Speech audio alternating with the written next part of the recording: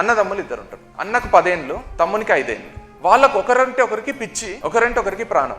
ఒక రోజు వాళ్ళు బయటికి పోతారు. ఆడుకొని తిరిగి వస్తున్నప్పుడు అన్న ఒక బాయిలో పడిపోతాడు ఊరు బయట. తమ్ముడి గుండె పగిలిపోతాడు. చూస్తాడు, ఆల్మోస్ట్ మునిగిపోతున్నాడు. చుట్టూ చూస్తాడు, తమ్ముడు ఒక్క మనిషి కనపడాడు. అరుస్తాడు, ఒక్క మనిషి రాడు. అప్పుడు తమ్ముడికి అది దొరుకుతుంది, నీళ్లు చేయదు.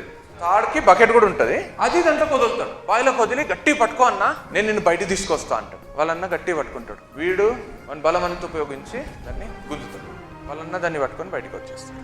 పోతారు ఇంటికి. పోయి ఫస్ట్ వాళ్ళ అమ్మకి చెప్తాడు. వాళ్ళ అమ్మ నమ్మదు అసలు. నెక్స్ట్ డే స్కూల్కి పోయి వాళ్ళ ఫ్రెండ్స్కి చెప్తారు, నమ్మరు. వాళ్ళ టీచర్స్ చెప్తారు, నమ్మరు. ఊర్లో అందరు చెప్తారు, ఆబ్వియస్గా నమ్మరు. ఎందుకంటే వాడు బక్కగా సన్నగా ఉంటాడు. బకెట్లో నీళ్ళేమంతో కావు. వీళ్ళు అదే ఊర్లుకుంటూ తిరుగుతుంటారు ఊరంతా.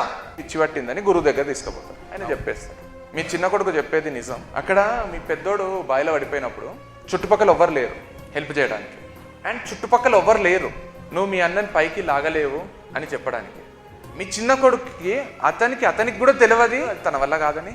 పక్కన ఒక్క మనిషి కూడా లేడు ఇది నీ వల్ల కాదని చెప్పడానికి. అన్నని కాపాడాలని ఒకటే కోరికతోని వేసిండు, ఉన్న బలమంతా ఉపయోగించిండు. వాళ్ళన్న పైకి వచ్చేసి అక్కడ ఒక్క మనిషి లేకపోవడం వల్ల మీ పెద్ద కొడుకు బతికిండు. ఈ కథ అంత సింపుల్ జీవితం. మన దురదృష్టం ఏం తెలుసా, మనం ఈ పనన్నా చేయాలన్నప్పుడు మన చుట్టూ 100 మంది ఉంటారు. 100 మంది 100 అంటారు, ఏ నితం కాదురా, ఏ ఇవి వర్కౌట్ కావురా.